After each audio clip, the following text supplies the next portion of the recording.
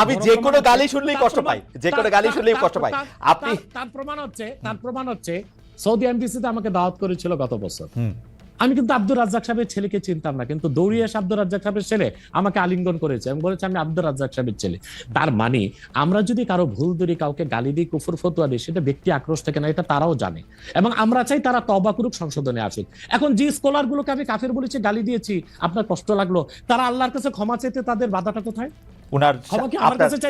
আপনার মতের সাথে যদি তাদের দ্বিমত থাকে, আপনি যেটা বলতেছেন সেটা যদি তারা ঠিক না মনে করে, ডিবেট করে তো আল্লাহর কসম করে বলছি, আমি তাদেরকে যে ফতোয়া দিয়েছি এটা যদি তারা খণ্ডন করতে পারে, আমি প্রকাশ্যে তওবা করব, তাদের কাছে মাফ চাইবো। না স্যার, ডিবেট করে কোনো কিছু প্রমাণ করা যায় না, কারণ ডিবেট তো সাবজেক্ট না, ডিবেট তো subject to Tafsir, subject to interpretation. এখন আপনি যদি না মানেন, সেটা অনলাইন হোক অফলাইন হোক, অফলাইনে বসুক, আচ্ছা অফলাইনে বসুক, কিতাবপত্র নিয়ে, মানে এটা তো আপনার ইন্টারপ্রিটেশন, আপনি আচ্ছা ডিবেট বাদ দেন, সংলাপে বসুক। আচ্ছা ঠিক আছে, ঠিক আছে। আমার ধারণা তারা এই অনুষ্ঠানটা অনেকেই হয়তো দেখছেন, তাদের কাছে এটা হয়তো পৌঁছাবে, তারা নিশ্চয়ই আপনার কাছে, আমি চাই আপনার মাধ্যমে হোক। আচ্ছা, আপনার উপস্থিতির সংলাপ না ঠিক আছে, আমার মাধ্যমে হলো ওইটা হলো। আমি যাদেরকে কাফের ফতোয়া দিয়েছি, যেসব স্কলারদেরকে, তারা যদি তা প্রমাণ করতে, আমাকে খণ্ডন করতে না পারে, তারা প্রকাশ্যে তওবা করবে। কিন্তু আর যদি আমার অভিজ্ঞতা শেষ করি, আর যদি তারা প্রমাণ করে দেখায় যে না, যে স্কলারদেরকে আমি কাফের ফতোয়া দিয়েছি আমি তা পুরোপুরি ঠিক বলি নাই, আমি তওবা করব, আমি তাদের হাত ধরে মাপ চাইব। স্যার, আমি আমার অভিজ্ঞতাটা বলি। আমি বাংলাদেশে সাংবাদিকতা করি আজকে 27 বছর। এর মধ্যে থেকে আমি বিভিন্ন রাজনৈতিক নেতৃবৃন্দের ইন্টারভিউ করছি, তাদের দুজনের সাথে বসছি, কিন্তু তারা কখনোই কোনো ডিবেটে বা সংলাপে তাদের অবস্থানের কোনো রকম ত্রুটি কখনো তারা দেখতে পায় নাই এখন পর্যন্ত। তো এই জন্য হচ্ছে সংলাপে কোনো কিছু প্রমাণ করা না প্রমাণ করার জন্য আমার থেকেও কাউরে যদি আপনারা এরকম মানেন যে উনি যেই পক্ষে এটা বলবেন, তাহলে বোধহয় এটা সুবিধা হয়, কারণ এটা কোনো একটা রায় বা ভার্ডিক্ট দিতে হবে না। আপনি দেখেন, সংলাপে কোনো ডিবেট না, ডিবেট হচ্ছে মুবাহাসা। সেখানে ঝগড়া হতে পারে, তর্ক বাড়তে পারে, কিন্তু সংলাপটা হচ্ছে আন্তরিক পরিবেশে দলিল প্রমাণ নিয়ে উপস্থাপন করা। এটা তো হতেই পারে, এটা আপনি করতে পারেন, এটা অফলাইনে অনলাইনে অন্যরা করতে পারে, এবং তারা সবাই বাংলাদেশে এখন আছে। যদি ইসলামিক ফাউন্ডেশনে তারা বর্তমান যে খালেদ সাহেব আছে, উনি তো একজন ধার্মিক মানুষ, তার উপস্থিতিতে করেন আরো সুন্দর হয়। কিন্তু আমরা যাদেরকে, যে স্কলারদেরকে কুফর ফতোয়া দিয়েছি, সেক্ষেত্রে আমরা অনর এবং অবিচল। এবং আপনি যে স্কলারের কথা বলেছেন, সে আমাকে কথা বলতে চেয়েছে, আমি তার সাথে কথা বলিনি, এবং সে হয়তোবা আসতেও চেয়েছে, আমি অ্যালাউ করিনি। আমার শর্ত একটাই, যে আমি যে ফতোয়া দিয়েছি তা আমি প্রমাণ দিব, তারা তাদের স্কলার নিয়ে বসুক, যদি প্রমাণ দেয়, আমি দিতে পারি, তাহলে ক্ষমা তো আমার কাছে চাইবে না, আল্লাহর কাছে ক্ষমা চাইতেও কি ভাই লজ্জা আছে? না, তা নাই। ঠিক আছে, আমরা আমাদের একটু একটা ঘটনা, স্যার 1 মিনিট, স্যার 1 মিনিট, এক সেকেন্ড।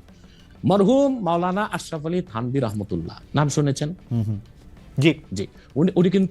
উনি কিন্তু আমাদের সকল ঘরানার একজন মুরব্বী। তো ওনার একটা চমকপ্রদ ঘটনা, উনি একবার ইউপিতে এসেছিলেন জনপুরে। তো ওখানে আহমদ রাজা খান বেরেলি, ওনার অনুসারীরা বললেন যে আশরাফ আলী থানভী কুফর করছে, সে কাফের। আশরাফ আলী থানভী রহমতুল্লাহ কত বিচক্ষণ ব্যক্তি ছিলেন। তখন আমার দাদা উপস্থিত ছিলেন সেখানে, ওনার বয়স তখন খুব কম। তিনি জনপুর সাহেব মসজিদের মিম্বরে দাঁড়িয়ে বললেন, তোমরা যারা বলতেছো আমি কাফের, তা আমি এখন কলেমা পড়ি?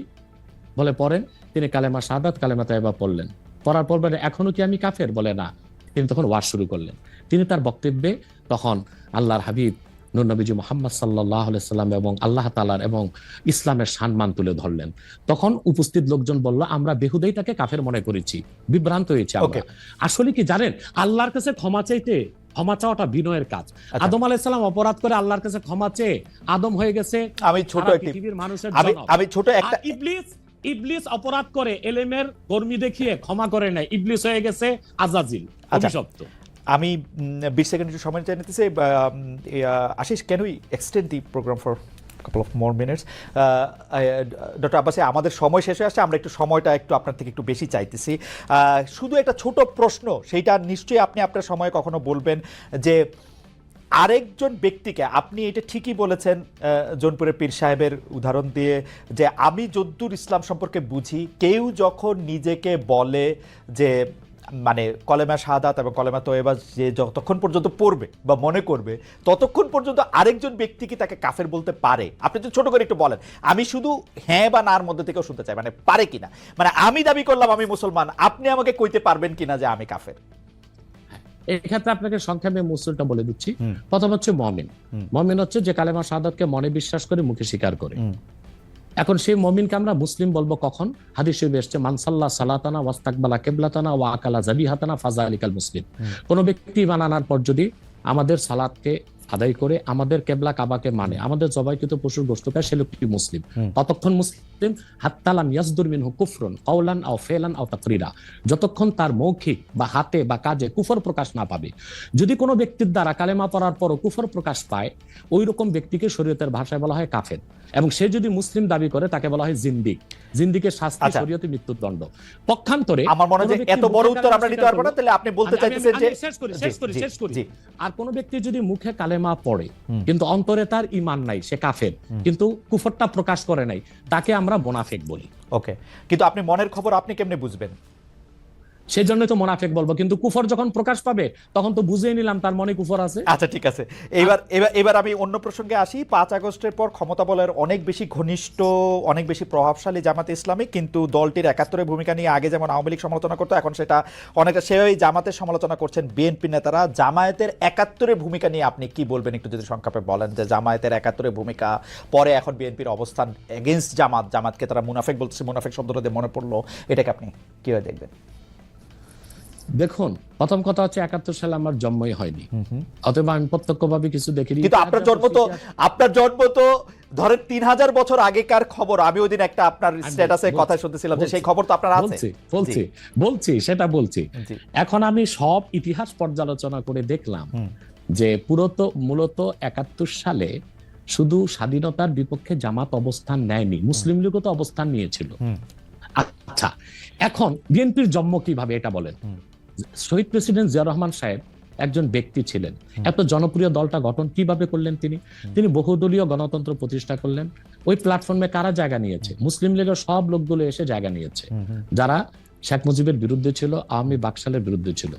এবং এখন বিএনপিতে যে লোকগুলোকে আপনারা দেখতেছেন, এরা অধিকাংশই কিন্তু ডানপন্থী, রাইটিস্ট এবং ইসলামিস্ট অনেক লোক আছে।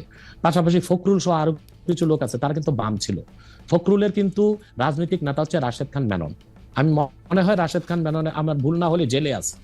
তো তারা কিন্তু তারা এইরকম বিএনপিতে প্রচুর বামের ডান এসেছে, অর্থাৎ তারা বামের ডান হয়েছে এখন বিএনপিতে এসে।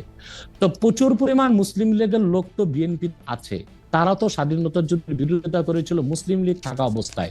তো শুধুমাত্র স্বাধীনতার যুদ্ধের বিরোধিতার জন্য জামাতকেই ধোলাই করবেন, তাদেরকে কি ধোলাই করা উচিত না? এখন প্রশ্ন হচ্ছে কেন 71 সালে জামাত, আমি এক কথায় উত্তর দিব যে 71 সালে বাংলাদেশের স্বাধীনতার বিপক্ষে অবস্থান নেওয়াটা জামাতের রাজনৈতিক ভুল সিদ্ধান্ত ছিল। যেহেতু এটা স্পষ্ট ছিল যে বাংলাদেশ থেকে প্রায় 1900 কিলোমিটার দূরে পাকিস্তান, তো মাঝখানে সাগর এবং ভারত, সেখানে দুই জায়গায় দুইটা দেশ থাকতে পারে না। আমি বরং মনে করতাম তখন জামাতের এটাই সিদ্ধান্ত নেওয়া উচিত ছিল যে স্বাধীনতার পক্ষ নিয়ে নেওয়া, কিন্তু তারা নেয় নাই কেন? সেটা একটা জবাব তারা এটা দিয়ে থাকে যে তারা বুঝতে পেরেছিল বাংলাদেশ স্বাধীন হলে ভারত এখানে করবে, আধিপত্য বিস্তার করবে। এবং সেটা আমরা পরে দেখি যে ভারত কিন্তু আধিপত্য বিস্তার করেছে।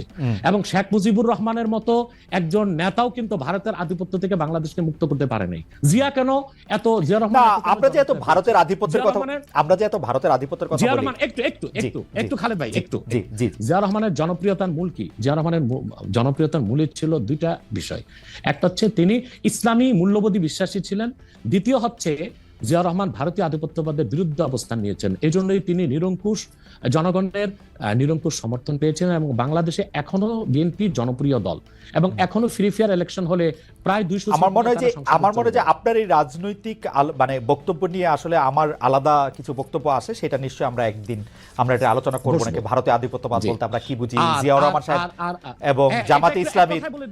এক কথায় বলে দিচ্ছি। দেখুন, ভারত 71 সালে আমাদের যে পক্ষ নিয়েছিল স্বাধীনতার যুদ্ধে, সেটা কেন নিয়েছিল? বাংলাদেশের স্বার্থে না। তারা 65 যুদ্ধে পাকিস্তানের কাছে শোচনীয়ভাবে পরাজিত হয়েছিল এবং ভারতীয় ট্যাঙ্কগুলোকে ডিনামাইট বেঁধে ইস্ট বেঙ্গল রেজিমেন্টের মুসলিম সৈন্যরা উড়িয়ে দিয়েছিল। ইস্ট বেঙ্গল রেজিমেন্টের মুসলিম সৈন্যদের কারণেই পাকিস্তান জয় পেয়েছে।